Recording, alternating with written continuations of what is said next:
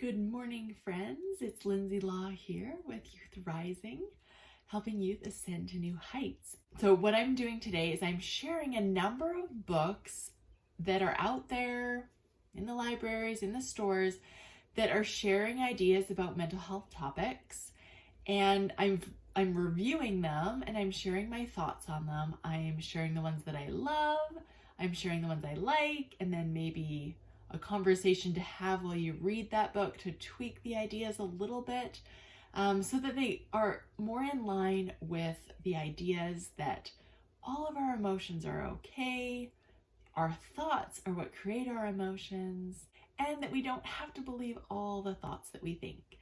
And so these concepts are so important to teach our kids, and one of the greatest ways to teach our kids is through reading. You may be thinking, my kids are too big to read picture books, or they're too old to read mid-grade novels. But here's a plug for that. So our family belongs to Read Aloud Revival with Charlie Mackesy, and she talks about how picture books, the language in there is actually quite mature, and that even our older children can learn a lot from reading a picture book with us. I have seen that in my kids as I have read picture books to them.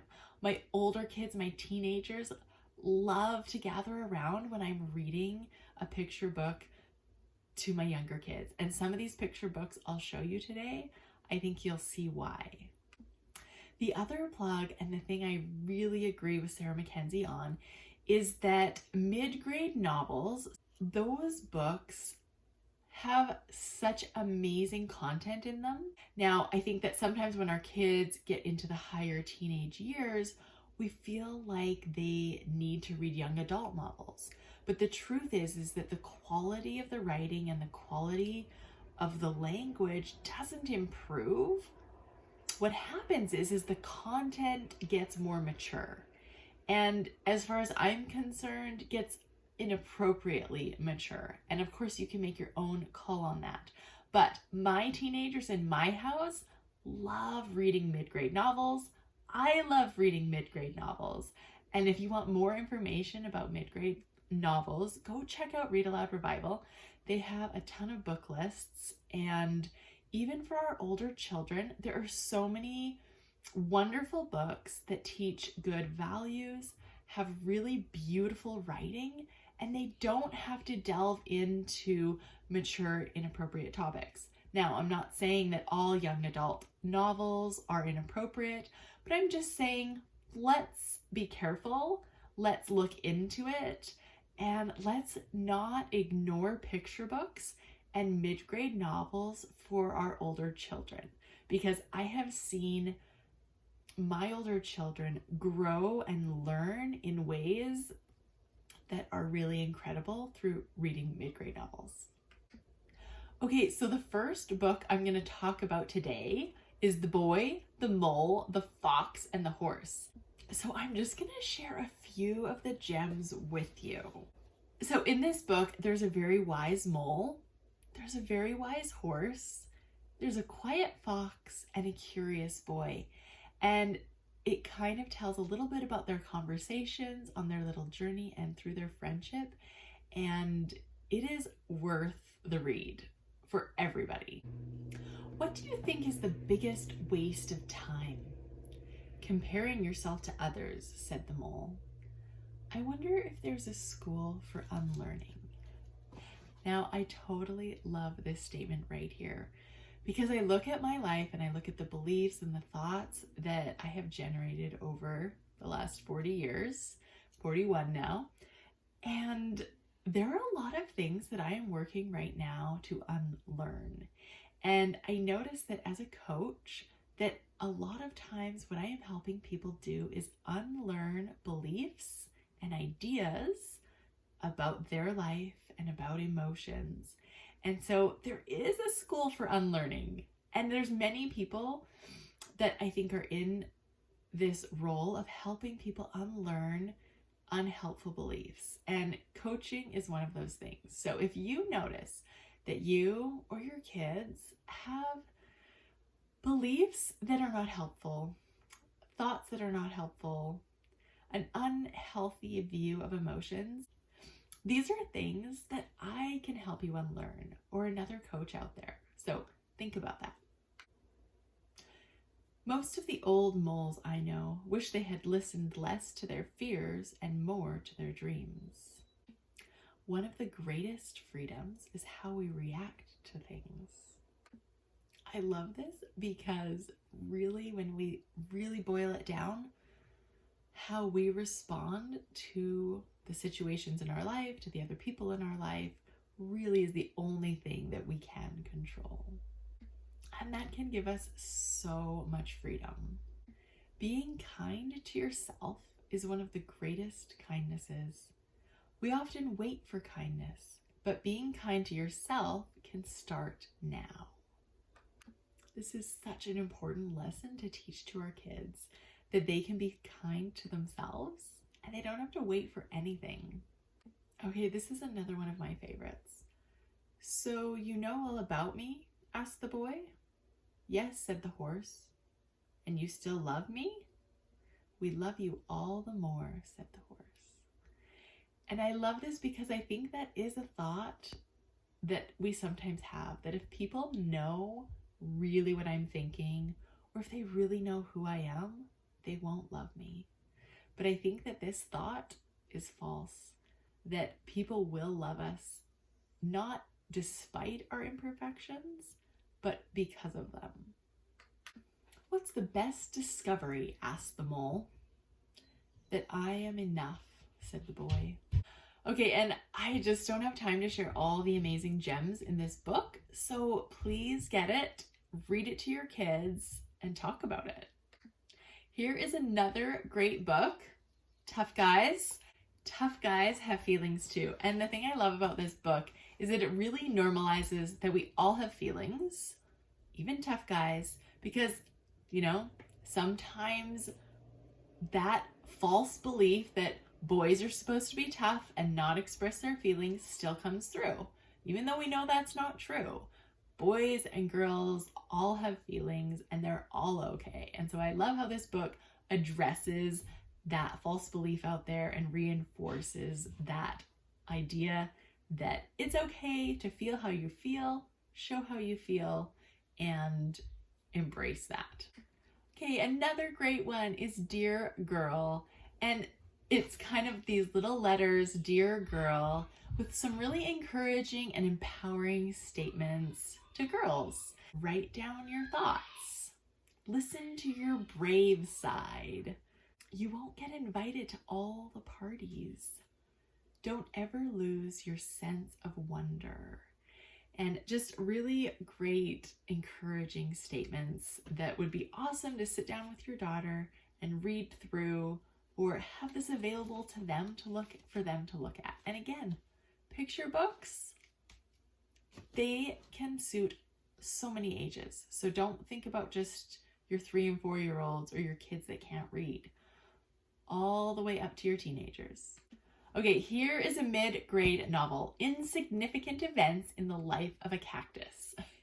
Very kind of goofy title, but teaches so many great lessons. It's actually about a girl who was born without arms, and it talks about her journey and some of the thoughts that she has about herself and the things that help her to move forward and learn new things. And her parents really help guide her in creating this loving self-concept that she has about herself, and then how she's able to help her friend with Tourette's. And it's just a really beautiful story about friendship, about loving yourself no matter what, and about the determination to learn and grow. So this is such a great book for all your kids. Okay, now this is Don't Feed the Worry Bug. One of the great things about this book is it talks about how when we resist and push away and focus on our worry and how we don't want to feel worried, it makes our worry grow. And so it kind of is this little story about feeding the worry bug and how it just gets bigger. Now, that all makes sense, and I agree with that. The one thing at the end that as it's trying to kind of say goodbye to its worry, is it's kind of pushing it out the door. And I feel like this idea of pushing the worry bag out the door doesn't really reflect that idea of allowing and welcoming emotion to be there and that it leaves when it's ready. That still, to me, sounds like resisting and avoiding that emotion. So I like some of the things in this book that, talk about how our worry gets bigger when we resist it and focus on it. The other thing it teaches is that when we have one worry thought, when we resist it, it spirals into lots of other worry thoughts if we're not allowing it to be there and accepting and welcoming that. So just maybe have a conversation with your kids about how allowing and welcoming an emotion is what allows it to pass. And again, I've got some great videos on that. Check out one of my videos on allowing emotion, and I'll put the link just in the corner there. Okay, The Princess and the Fog. Now, this is a fun one that's kind of a spin on The Princess and the Pea. And the great thing about this one is it kind of just tells the story about this princess who just has a hard time feeling happy, having some troubles with her mood, and how she seeks help for that, and how she talks to trusted adults, and how it's okay that she feels this way, and that there are certain things that help her to feel better, and that there's people that can help her.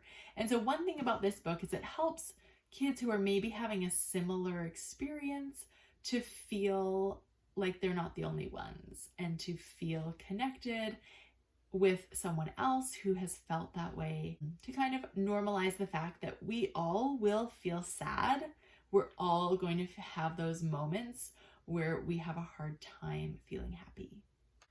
Okay, have you filled a bucket today? Now, this is a book we got at our house years and years ago. And the premise of the book is to share kindness and to fill other people's buckets by being kind. And I love that about this book. The one thing that concerns me about this book is that it talks about how we can feel happy and good when other people fill our buckets. The problem is that people aren't always going to fill our bucket. Sometimes we cannot rely on that. So I think it's really important when you're reading this book to your kids is to talk about how they are actually in charge of how they feel because of what they're thinking, not because of anything anyone else does or says. Now, of course, it's wonderful for people to be kind. We want to teach our children to be kind to others. It's really nice when people are kind to us, but just reinforcing the idea that our kids get to feel how they want to feel based on what they're thinking about themselves and about others. And they don't have to wait for someone to fill their bucket. They can fill their own bucket by kindness and love to themselves. So that is just a super important conversation to have when you read this book. Okay, when my worries get too big. Now, this is a workbook that helps kids that are struggling with worry and anxiety. And the thing I do like about it is it talks about just different levels of their emotion and naming it and putting it on a scale from 1 to 5 so that they can notice how anxious they're feeling, and that it shows kids that they have control over how they feel. So if they're at a 5, then they can come up with strategies for how to bring themselves down to a 1 where they're feeling less anxious and more calm. So I love that it puts the power into the kid's hand that they do have control over their emotions. And again, just reinforcing with your kids that allowing an emotion to be there, welcoming an emotion instead of trying to push it away, that is what is going to help in moving on from that emotion, and also just reinforcing that idea that all emotions are okay. It's not bad to feel anxious. There's nothing wrong with you because you're feeling anxiety, that we can welcome and accept all of these emotions. Okay, and the last mid-grade novel that we're going to talk about is The War I Finally Won. Now, this is a sequel to another book that is called The War That Saved My Life. And these books are both by Kimberly Brubaker Bradley.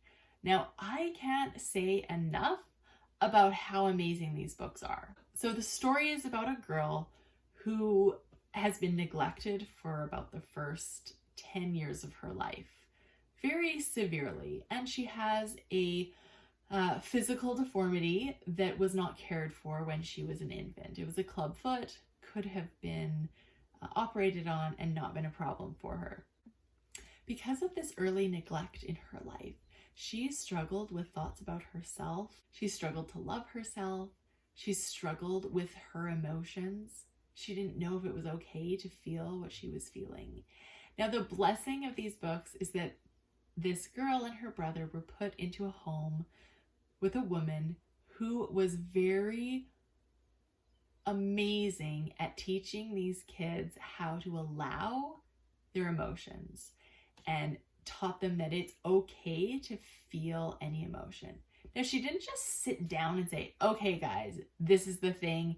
All emotions are okay. This is how you do it. It was the way she responded to them when they had emotions. So a few of these things are, it's okay to feel sad. Whatever you feel, it's okay. And this woman, Susan, just reinforced over and over again that it was okay to feel the way she was feeling. Now, I would suggest that every family reads these books. We do them as read alouds because we enjoy reading them together. Sometimes my kids steal the book and read them on their own because they love them so much. There's so many important lessons.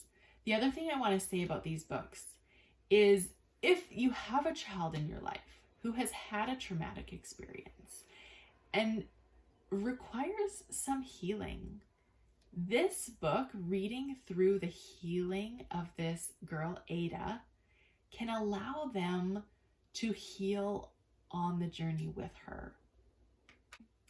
And this can be such a powerful experience for a child that needs to heal from some sort of a trauma in their life.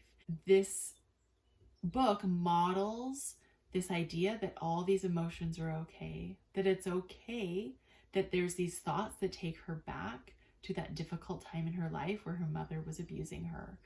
And it just really opens the door for a child to accept where they're at in their journey with their trauma and their healing. When this girl, Ada, Christmas was coming and she was thinking, I don't want Susan to expect me to feel happy. I didn't want to disappoint her. And this is so interesting. And again, why it's so important for our kids to know that we love and accept them no matter what they're feeling. Because sometimes we want our kids to be happy so bad. We love them so much, so we want them to feel good because we know we like feeling good. So we think, well, then our kids want to feel good. Now, this is great. Yes, our kids will feel good. But when we put so much emphasis on the importance of our kids feeling good, then when they don't, they want to hide. They want to hide the fact that they're sad. They're maybe embarrassed that they don't feel happy. So just really opening that conversation that it's okay to feel how you're feeling. And when our kids feel sad, validating that and not trying to fix them, not trying to help them to be happy and change the way they feel. And they may at some point want to change how they're feeling, and I think we all do. But in that moment when they're expressing that emotion of what they're feeling in that moment, just really acknowledging that, letting them know that it's okay to feel exactly how they're feeling right now. And you're there right beside them to be there, to talk to them, to just sit there while they're feeling it. And teaching them to allow themselves to feel that way, to welcome that feeling and not to try and push it away. So I really hope that some of these books that I talked about today are books that you are going to put on your list to go find at the library or to purchase, because they really can help us have these conversations with our kids about their emotions being okay, about the fact that they don't have to believe all the thoughts, and that they have the power to be in control of their thoughts and their emotions. And reading with our kids can be such a great teaching tool and such a great way to connect. And if you are interested in Read Aloud Revival at all, I would suggest that you go look that up, see what programs they offer, because we get to meet authors and they have great suggestions of books, and definitely something that we love in our homeschool. And of course, if you find these videos helpful and you're learning things that resonate with you, reach out to me and schedule a one-on-one free consult with me, and we can see how I can help you or your teen or tween embrace confidence and self-love in your life.